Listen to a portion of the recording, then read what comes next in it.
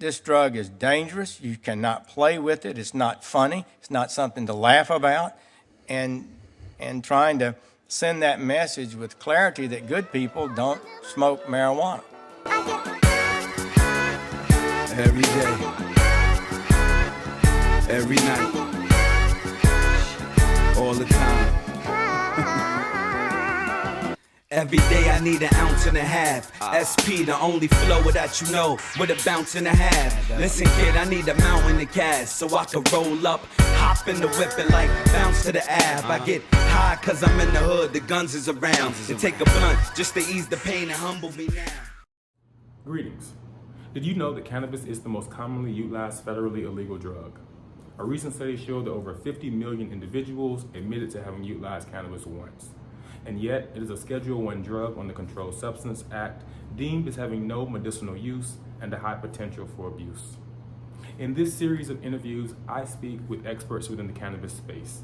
We discuss everything from the public health and the medical concerns to environmental challenges and calls for social justice. There's much to discuss, but even more to learn.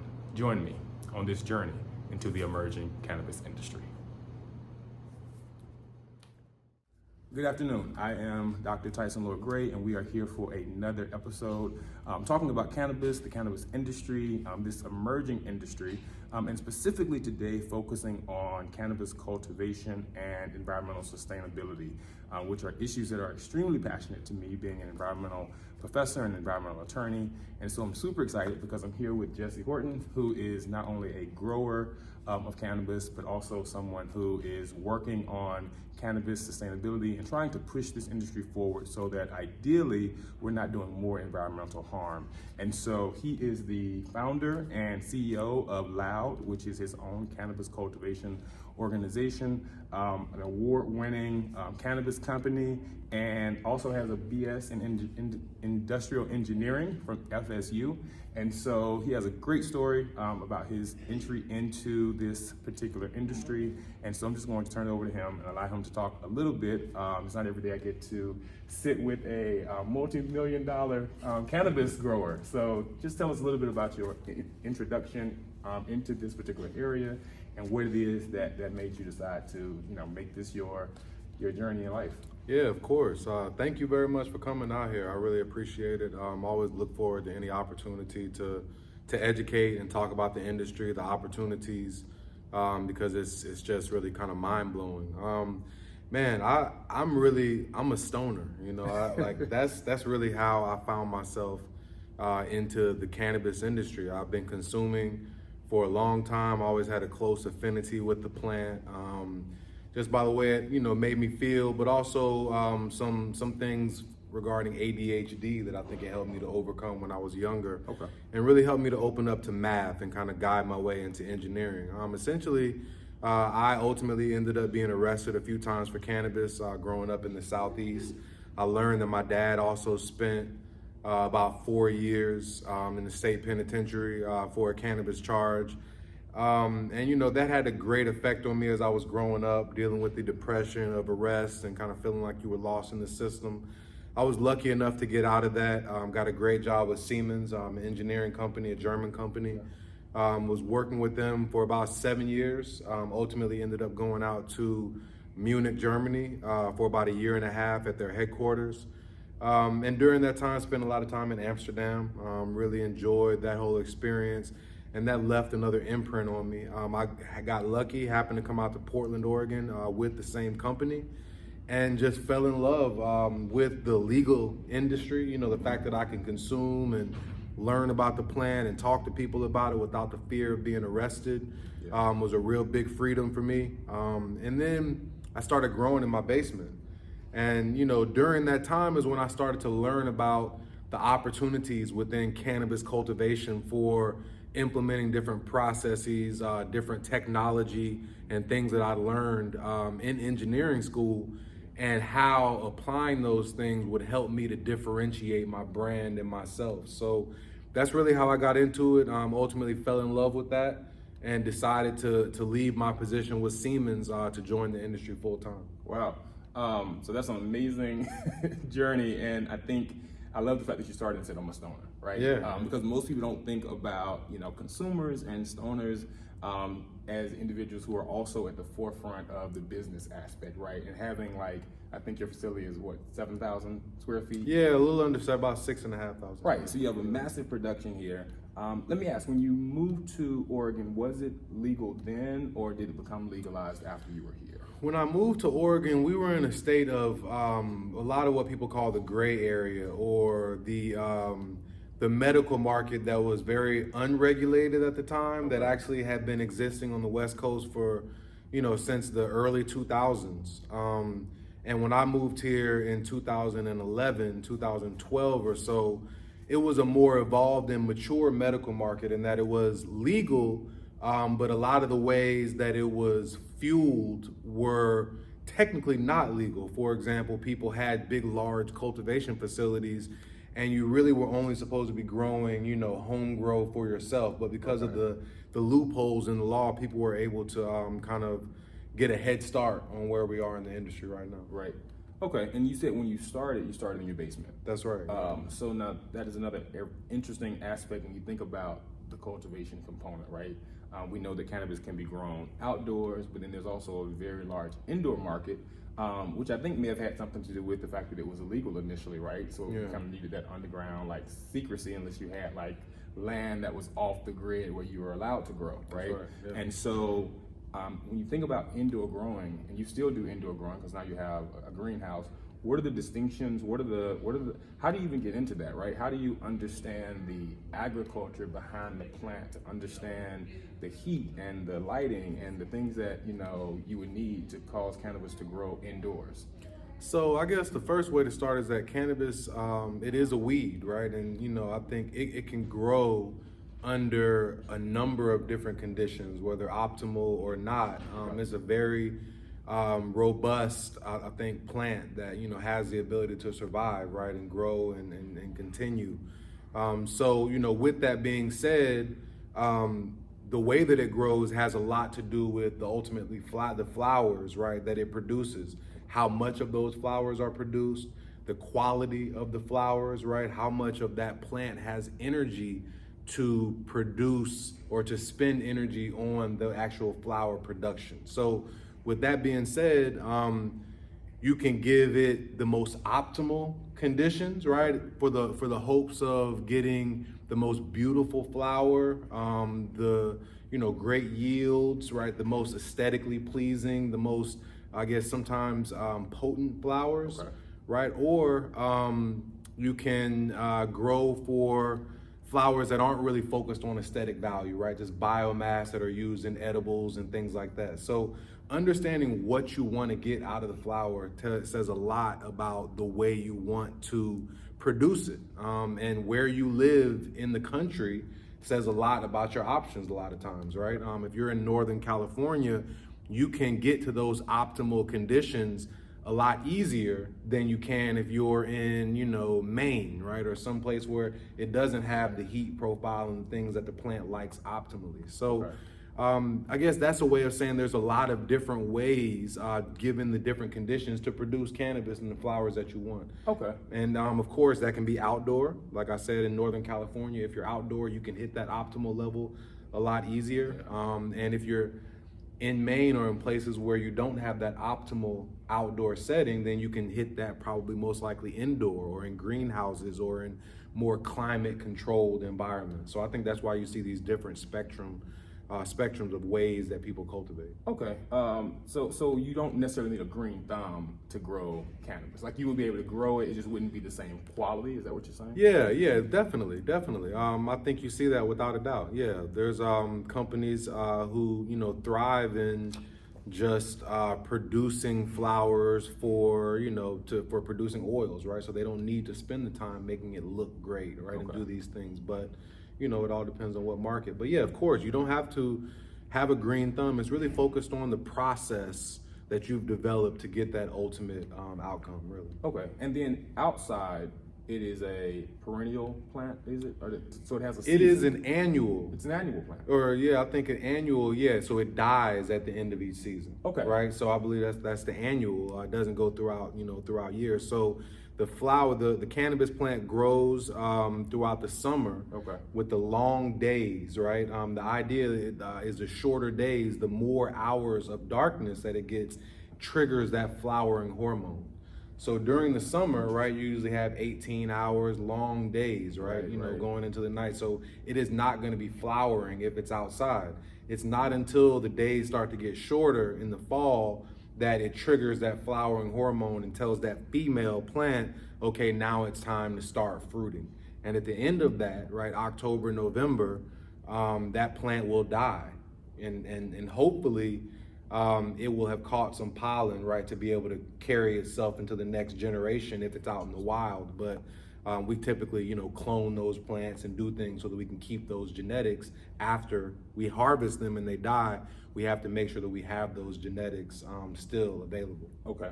And how do you go from a small scale in your basement, because obviously you are, an expert at this point, so you're waxing eloquent about the climate and the season. But I assume, when you were doing it in your basement, you didn't have this level of knowledge, right? So how do you go from small scale in your basement, growing cannabis that perhaps isn't the highest of quality, to now having one of the top premier providers of cannabis in the state of Oregon and in the nation, really? What is that process, and how do you even learn that? Is it trial and error? Do you go to school for this? How do you really make that transition? Yeah, that's interesting. So there's so many different pieces of knowledge out there, right? It's like this internet.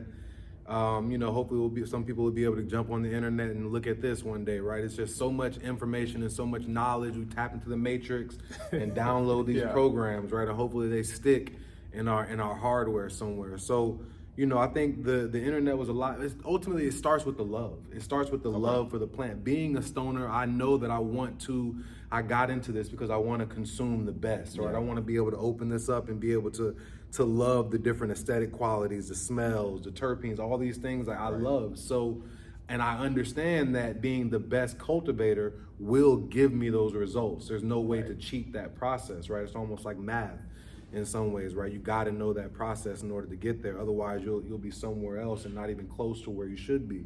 So, I think it starts with the love and understanding what you want. And then it starts with getting out there, and there's so many programs or so many blogs on the internet, big blogs out there, THC farming, where people are talking about how to diagnose issues and different, nutrient profiles, right? And different things that are out there. And you just go on, jump into the rabbit hole, right? And on Wikipedia, we do, right? And just say, click this, and what is this person saying? What is that person saying? Spend time developing that network. Talk to people who are consuming. There's a lot there, but I think ultimately it starts with loving the plant, loving the flower, and loving the process, and not skipping any steps in that process, which, like I said, cannabis can grow in so many different environments. So you could imagine so many variables through this growing process. If you skip one process or you mess something up, you'll still get a great flower. You'll still get something nice. Right. But if you skip something, something's gonna tell, right? It's not gonna be as much of a yield, or it's not gonna smell as great, or it's not gonna taste as good. So if you have that high level of discernment, right, then I think that will be built into your process. Maybe find a consultant to help you develop a process if you don't have the time to do it yourself. But it's really all about the love and the process behind it, which industrial engineering really played into that, and me developing processes that were repetitive and that were very efficient. And I think those are the most important things, not necessarily an understanding of plant science, not necessarily a horticulture degree. It's really a love and a commitment to the process. Okay. Now you mentioned the industrial engineering degree. I'm sure that helped with the development of the greenhouse or thinking about optimal conditions for growing. Is there a reason that you chose to do indoor cannabis growing and do that operation as opposed to outdoor? Was it just practical because you didn't have the land, or is it actually a better quality cannabis because you can control it? What are the distinctions between growing indoor and outdoor? Man, I think I think a lot of it has to do, if I was in, like I said, in Northern California, where they have a longer summer, as I mentioned, as these flowers get bigger and you're outdoors, they're very susceptible to mold, very susceptible to mildew. So if you have a more wet climate around the time when these flowers are getting big, then you could really destroy a harvest, or the quality of your harvest can degrade very easily. Okay. So certain places and certain climates across the world, right, and of course in the US, have longer seasons where in October, November, they still have a good amount of sun. They're not getting a lot of rain. They're not getting very cold. And they still have a very good climate for these flowers. Then I probably would do more outdoor growing, or I would do outdoor growing, right? But I think with outdoor growing, purely outdoor, you get one season, right? Right. You have to spend that whole year, and you have one harvest in that year, where if you are able to get into a place where you can control that climate a little more, then you can get more harvest, right? Because I can turn the lights off and then trigger that flowering hormone whenever I want to. So that's the key with, I think, outdoor. You usually get one harvest. There's a key with something that is evolving. Is called a new strain of cannabis. You usually have indica sativa, as it's known, and also ruderalis. Okay. Ruderalis is what has been known as auto flowering. So auto flowering means that it is this cannabis plant, this genetic, is not flowering based on the light. It's flowering based on the amount of time that it's been growing.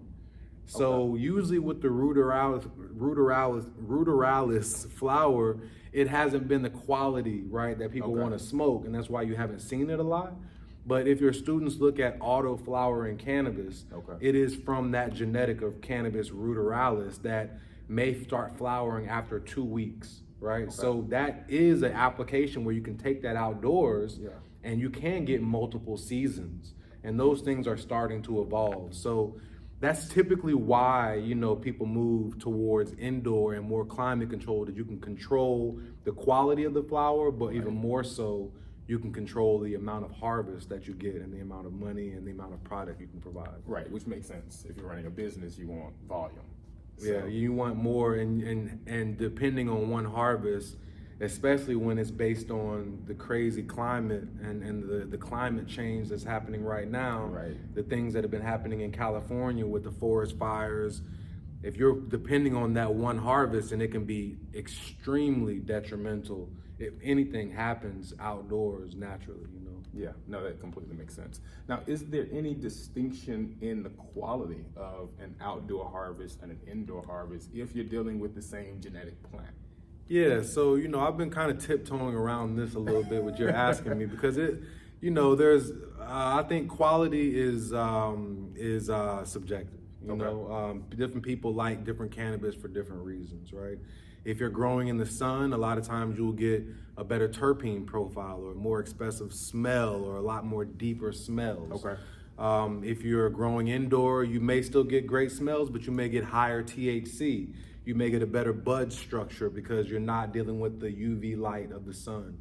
So I would say that that's a subjective thing. I will say that the closer you can get with these genetics to their ideal profile over a consistent amount of time with limited variables, the better that quality will be. And I will say it is easier to control that environment if you're in an indoor application, which means that typically people will associate higher quality with indoor, because most likely that grower has been able to limit those variables and those issues and the complexities, right? But I can go and find a great outdoor grower who lives in a great area of the country and maybe be able to come to you, right, with something that I think maybe is just as good or better. So it has a lot to do with the ability to hit those parameters, and it's easier to hit the parameters when you can control them more. And then a little bit, you mentioned the genetic component of the plant, right? And so I want to talk a little bit about that, because it's actually an area I'm not as familiar with myself.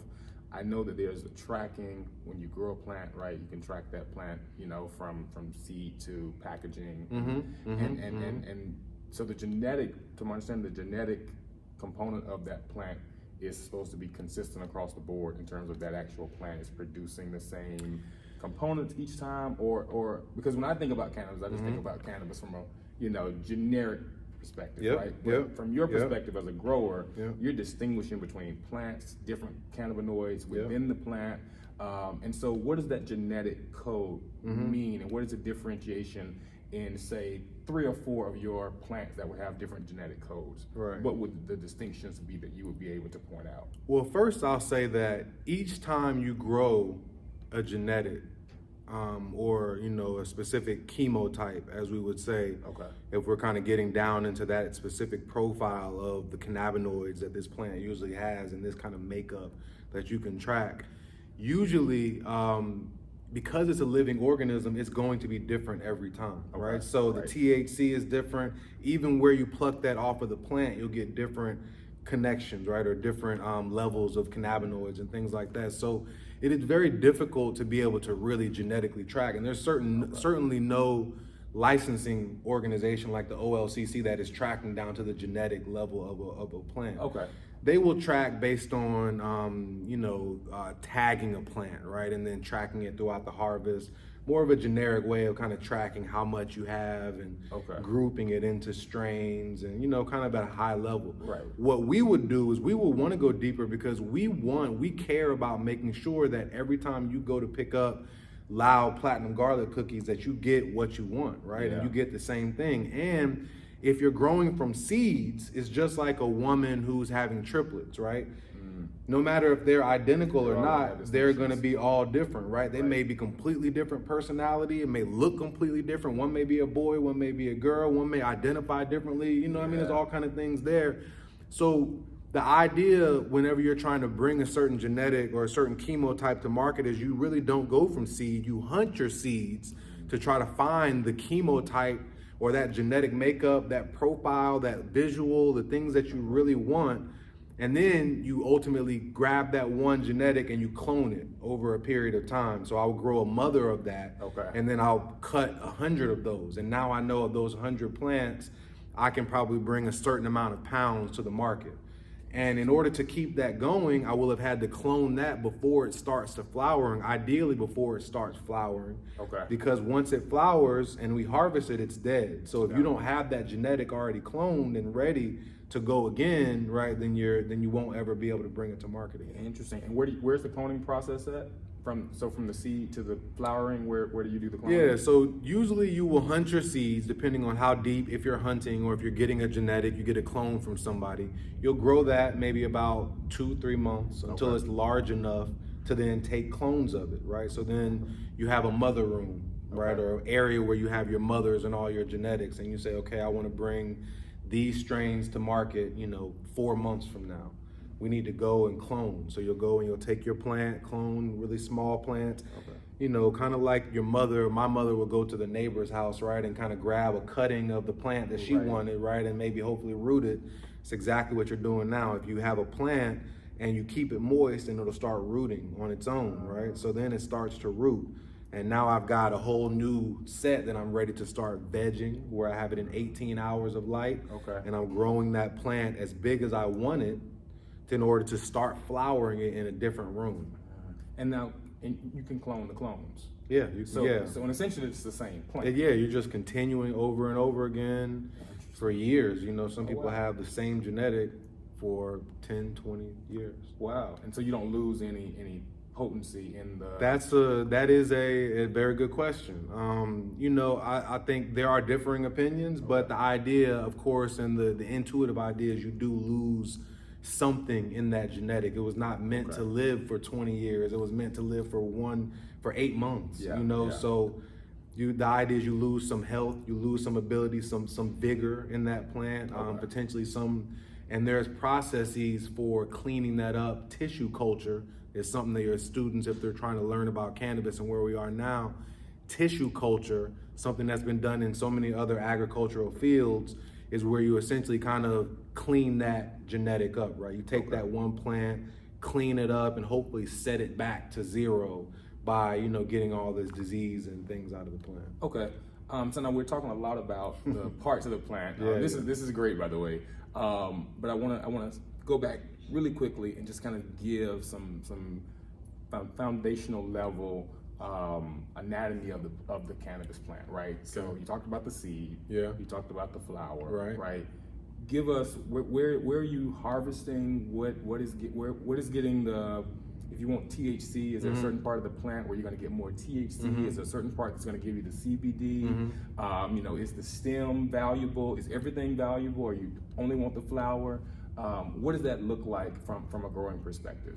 Cannabis, hemp is, you know, one of the most beneficial plants, or the most beneficial plant known to man, in that every piece of it is valuable in some way or another.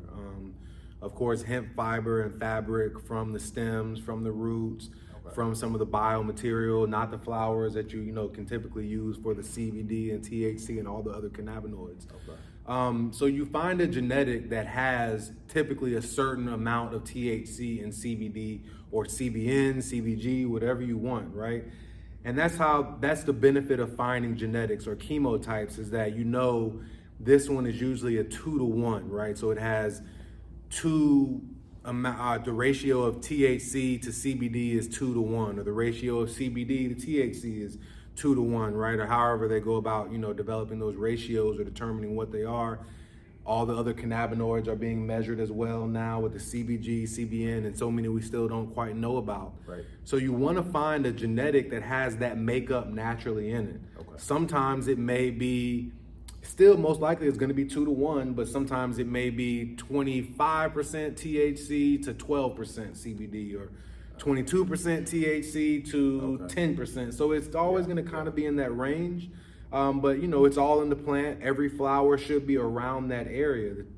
The idea of where the flowers are different is that usually the top of the flowers, or the areas that get the most light, are usually a little higher in some of those areas, right? So the THC of that plant is usually, or all the cannabinoids are going to be a little bit more concentrated typically in those areas. And the bottom of the canopy, or the areas that aren't quite getting as much light, are typically going to be a little bit lower. Sometimes the more fluffy parts of the plant, the kind of the bee buds, sometimes people say. So it shouldn't be THC on certain parts of the plant. It should all be around the same, but still varied. Okay, so now you're getting a little bit into the growing, and I want to transition into some of the environmental concerns around cannabis. Right. So you've mentioned light a number of times. We know with the indoor operation, you need a substantial amount of light, because you said that's when, for the most part, the season is when you have longer days. And so if you're replicating that inside, you need the light. And so that's a huge drain on energy, right? And so a lot of the environmental concerns around cannabis growing is specifically around energy use, around water use, because to my understanding, the cannabis plant requires, 6 gallons a day, I think it is, give or take? Yeah, there's a lot of variables in there. Yeah, there's a lot of variables. Okay, but it's a water-intensive crop, from what I would say no. I would say no. Interesting. Yeah, that's something that we found in the task force. Okay. So by all means. Yeah, for sure. So, I have a connection with this field because when I was at Siemens, before going to Germany, I spent some time in their new energy and environmental business unit, right? They were starting it up to compete with General Electric at the time, and at the time, Siemens had way more efficient products, but weren't advertising it the way that General Electric really started to. They were in this kind of sustainability revolution, I think, in industry in general, where people were really making decisions based on energy efficiency, right? And getting incentives from the government.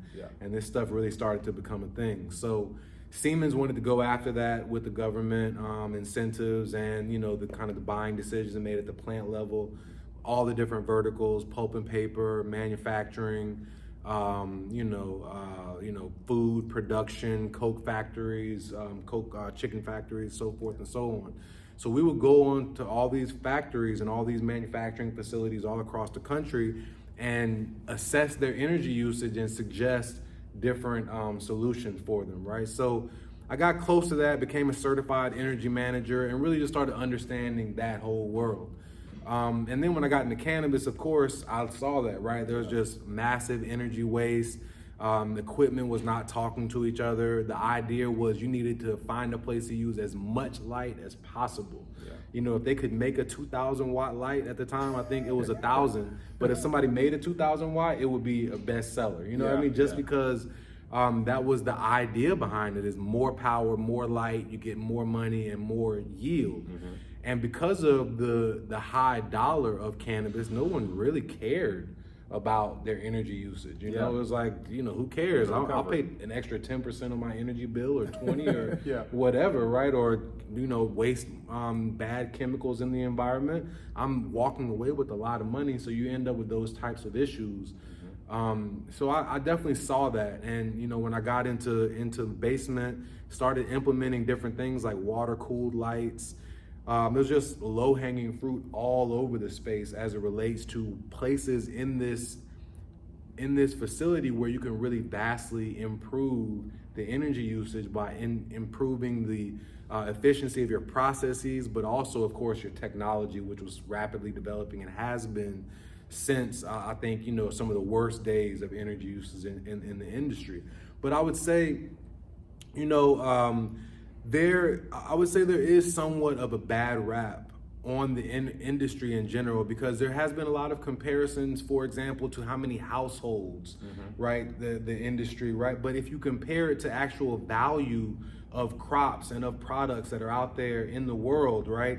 The value, you look at a metals facility and the amount of jobs that metals produces, the amount of tax dollars that metals gives to the, you know, so you look at it and it's actually very good when you compare the energy usage for the value. Now, let me get, you know, don't get me wrong, there's a lot of room for improvement. Okay.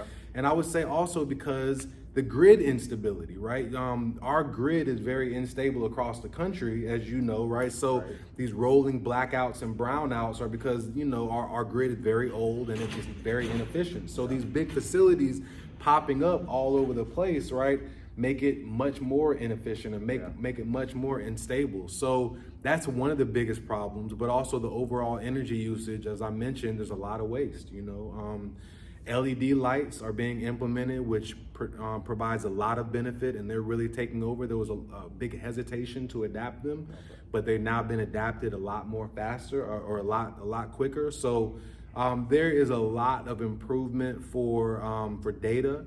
There's a lot of need for data, and that's when I work with the Resource Innovation Institute, which is a leading nonprofit in the country that is actually based here in Portland, that's focused on gathering the data so that we can accurately report about the industry and accurately compare and make sure that we're approaching the best practices in a way that is measured and calculated, and really is effective for a very important industry, a very, very important industry for our country right now, when you look at what's happening. So there's a lot of room for improvement for those areas, and I'm working with organizations like that. Also, to your point, in learning more about cannabis in relation to other crops.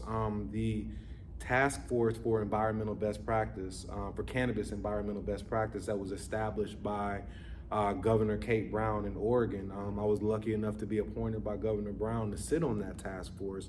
And we talked about a lot of these things with people over all different industries. Yeah. And what I learned from farmers in the state that farm cannabis, but also many other things, lettuce, almonds, those are some of the most water-intensive crops that we have out there with not really a lot of economic benefit, way more water-intensive than cannabis. A lot of times when you look at cannabis, if farmed outdoors is where you do see the water usage kind of going up, especially if the plants are in ground. And indoors, actually, you see water usage actually really go down. You know, actually, we've been able to implement in our facility a system, very easy system, where we use the dehumidified water from the plants. They perspire a lot at night, and that's where you see the humidity increase very, very rapidly when you're in an indoor greenhouse environment. So typically what you do is you collect that, you dehumidify that, and people dump it out. We actually have collected it all and introduced it back into the system, and have reduced our daily water usage somewhere between 30 to 50% a day. Wow. And you know, I would say each plant is probably, you know, less than a gallon per day is what we're using. So that can change depending on the size of your plant very drastically. So that 6 gallons, I'm not gonna say that's wrong. It very well could be, depending on the size of the plant, the application, whether it's outdoor, indoors.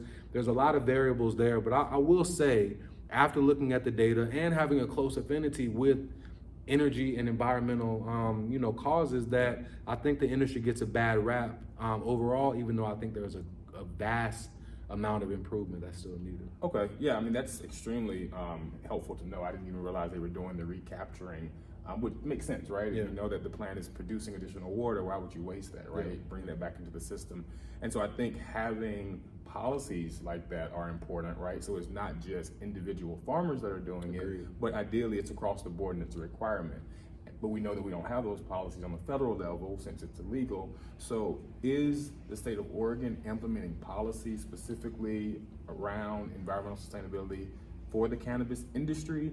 And if so, are you also seeing that across the board with other states that are legalizing cannabis? Like what is the current climate, right, pun intended, as it pertains to focus on ensuring that cannabis is sustainable and it's not a wasteful crop, specifically because there are no federal regulations that are mandating this? Yeah, no, that's a great question. So Oregon took a very important step when we legalized recreational cannabis in 2014, in that we were the first state to actually require reporting. Each year, as you renewed your license, you had to report the amount of energy usage, and that could be tracked based on the amount of output that you had. You had to report the amount of water usage that you had at your facility, right? So we were the first state to do that, and that without a doubt, and very much is at the heart of the Resource Innovation Institute, is we have to have the data in order to make really sound decisions at the heart of any energy and environmental type of discussion, right? So Oregon did that. We have not done a lot since then outside of installing that task force, which I think was extremely important. You have seen other states go further.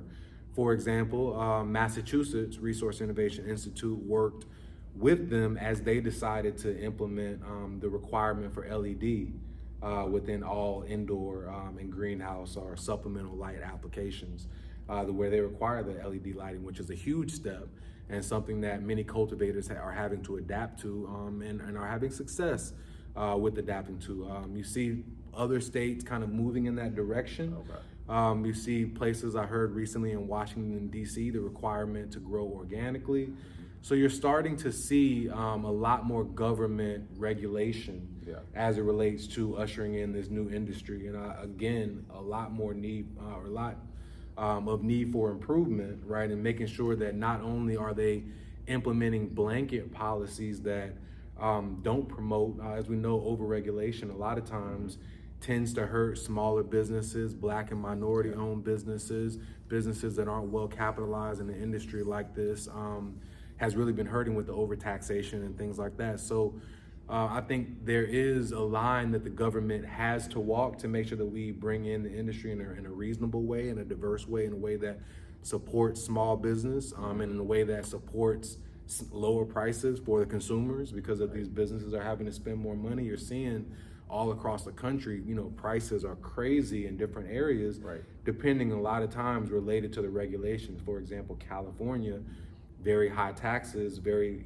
high dollars that people are having to pay to go to the dispensary, and as a result, they're going to the black market, right? Or the illegal or illicit, however you want to say it, are going to that market, which is always going to be an option, which doesn't help really anyone for the most part, because they're getting untested untested meds, or untested bud. They don't have the selection. There's a lot of different reasons why that's not the best. That's always going to be available. So I think the government has to walk the line in a way that is effective, in a way that is educated, in a way that brings these businesses in and they feel like they can comply and it does benefit them. But certainly you're seeing states move that way, you're seeing municipalities move that way, and I think you will continue to see it. Okay. And are you seeing any legislation around the waste that comes from cannabis? So specifically when you think about vaping, vape pens, think about single-use packaging. I'm not familiar with the specific states, but I know that some states have 50-50 when you're throwing out cannabis waste, you have to mix it with non-marijuana waste so that it's not, the potency of it is not, placed in the landfill and it's, at 100%. And then also, there's also policies around not being able to recycle cannabis packaging, right? I don't know if you can, so can you recycle cannabis packaging here in Oregon? What are the waste regulations around the industry? Yeah, certainly. So we don't have, I think, really overly regulated, I think, rules as it relates to those things. We have to separate usable marijuana, anything that could be smoked or collected or, produced in a way that's usable. We have to destroy that. We can't put that in with the compost. Okay. But we can mix compost, plant material with anything else legally. To my knowledge, hopefully I'm not admitting anything that's incompliant. And we also, of course, can recycle. That is a big piece. And we're also working a lot with the regulatory agencies that require way too much packaging, way too much plastic.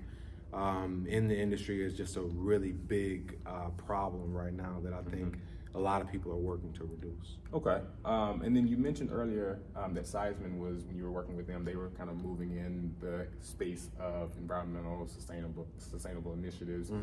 We know that there's a lot of governmental push for ESG initiatives.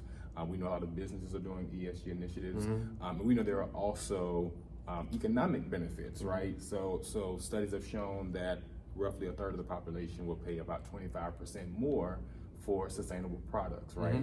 As I told you, I was an attorney. I was working at a firm. A lot of what we did was claims against false and deceptive advertising.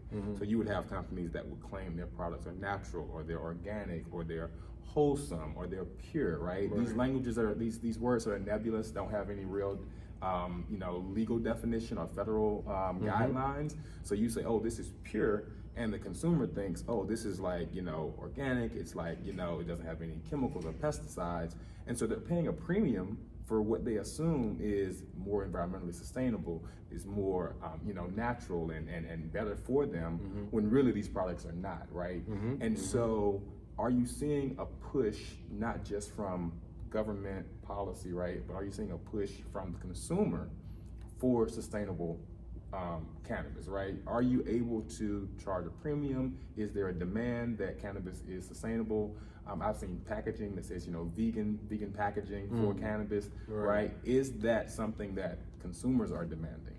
Yeah, no, that's a good question. I think we're probably just on the forefront of that in the industry, and that there's probably a lot of cannabis companies that are ripe for some of those lawsuits, and that you can't say cannabis is organic because it's not USDA, or there's no federal designation for cannabis. There's a lot of things there where people are saying organic, and when people know that they can't typically say that, they have to kind of say organically grown, or there's some things that they have to say to qualify that most don't. And what you have seen is that in some areas, in some dispensaries, with some clientele, organic cannabis or things that are labeled that way, or things that are labeled sun-grown, certainly do have their fanfare, and they have their consumers that prefer that methodology of cultivation, and they have even consumers that may pay a premium for that. But I think we are just getting there, and that people are kind of learning what those words mean. They are kind of trigger words right now, where they aren't really kind of calling it out. They aren't doing much research. They aren't comparing this organic to that organic and getting deep into it. But you're starting to see, without a doubt, that is affecting some buying decisions. Okay.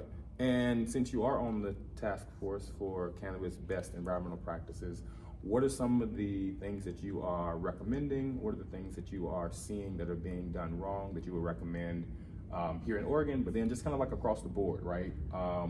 What are some strategies that could be implemented by cannabis growers that would transition their crop from being unsustainable to being more sustainable? Yeah, so there's a lot of areas, for opportunity. So, one of the other benefits was that there's another benefit in addition to consumers appreciating sustainably grown cannabis, or efficiently grown cannabis, organic cannabis. States are starting to give incentives, and have been giving incentives to organizations and companies that are investing in more sustainable things. So we've worked with the Oregon Energy Trust to implement a lot of things that we've worked with them, to implement a lot of things that that I think others should definitely take advantage of. First and foremost, of course, more efficient lighting. The general thought behind indoor or even supplemental cannabis lighting has been the more the better. And, I think really the less, a lot of times is better when you look at quality and even yield in some cases for many cultivars. I think that, of course, we've worked with them to implement different lighting. I think there's a lot of areas for HVAC, heating and cooling, if you're indoor or even in greenhouses, or even if you're outdoor and you're heating it or you're cooling for curing or drying your harvest. A lot of that will be done indoor and using a lot of energy. There is rapidly evolving technology as it relates to doing heating, cooling, dehumidification more efficiently. And, I think investing a little bit more gives you a really solid payback. Okay. And you can invest in good payback type of projects now that we are a little bit more solidified in the industry, where in the past, I couldn't invest in something that had a 1-year payback, because I didn't know if I'd be in the facility for 1 year, or if it'd be legal, or if I had to invest in some other new regulation. Now that the industry is a little more mature, people can start to invest in better technology. So that's something without a doubt. Looking at ways within watering your cannabis that you can reduce the amount of water runoff that comes from that, because a lot of times that is wasted water. So finding ways to, reduce runoff, have no runoff from that water, or find some way to recollect that runoff and put it back and reintroduce it back into the system. Dehumidification, of course, is a big place where we wasted a lot of water. I had no idea how much water we actually were going to pull from that system once we rerouted all those dehumidifiers and air conditioners, because they act as dehumidification as well. How they were going to be rerouted. We got so much water, we had to resize our whole system for filtering, because we were getting too much water to filter it fast enough. So that's another place that is really low-hanging fruit. And, I think there's a lot of places within the whole facility where time studies and things like that can help you to reduce the amount of labor that is needed and manpower that ultimately is, a very valuable resource that, is not sustainable either. So. Okay. Are you seeing any pushback? Are there any reasons that a cannabis farmer would not want to produce sustainable cannabis? Of course. I would say not that they wouldn't want to, they may not want to change their methodologies. I would say that's the most important thing. Cannabis cultivation is, as I mentioned, there's infinite variables, especially when you're in a controlled environment. Everything is, really connecting. Everything is, you change one thing, it affects this. You change this, it affects that. So you have infinite variables. So once a cultivator, dials that in, it's very hard to get him to change anything, because once something changes, they can automatically look at that, right? Versus them kind of digging and doing the scientific method to find other things. So that's the first thing, is that no one wants to change their process if they have something that works for them. The second would be they don't want to invest in the technology, which sometimes can be very expensive, going from a double-ended light that's $200 or less to a LED light that's maybe $2,000. It's a massive difference, right? So understanding that and being able to adapt all these variables to account for that is a very big ask and takes a lot of time, So there's a lot of reasons why cultivators are very slow to adapt these processes, these methodologies. But as consumers care more, as more data, more knowledge is out there, as their peer group starts to do it, as they start to hire people that are, more knowledgeable and more bought into these things, then those things will certainly be changing, very quickly. Okay. Well, that's helpful. I definitely want to think about where the industry is going. Obviously, we know that there are challenges. It's a new industry. Obviously, with more, with legalization, I think we'll see a lot more policies, ideally not burdensome policies, but policies that will push the industry forward, right? And I think it has a lot of promise and potential, you know, to kind of set the standard because of the fact that it's a new industry. So I definitely thank you for your time. But before I let you go, you mentioned that you have a book coming out. So I definitely want to give you an opportunity to talk a little bit about that. Just share with us. You know, it may not be on cultivation or environmental issues, but, you know, I know that you're a man of many talents and you do a lot within this space. So if you want to give us a quick plug on what the book is about. Wow, yeah. So I just recently spent some time back in Amsterdam where, you know, I've had a lot of transitions with my life with cannabis and professionalism. And, you know, I decided to write a book about my entry into the industry, kind of the background that, you know, that led to it, as well as kind of what I've done in starting multiple nonprofits, you know, working with many of the dopest leaders in the industry and helping to, you know, to found my cannabis company, Loud, and many other things that we'll be doing soon. So it's really a focus on that, about how, you know, I started from the basement, and there's many other people like me who have the love for the industry, who have the talent, who, because of the way the industry is being developed, may not have the opportunity that I've had. So it kind of talks about the importance of making sure that those people have the ability to jump in and to benefit like I have. Yeah, okay. Well, look, I'll definitely be picking it up, and I thank you for taking the time out to talk with me and to share your insight and wisdom with all of those who will get a chance to view this. Yeah, that should be pre-order in May, so look out for it. Sounds good. Yeah. All right, thanks again.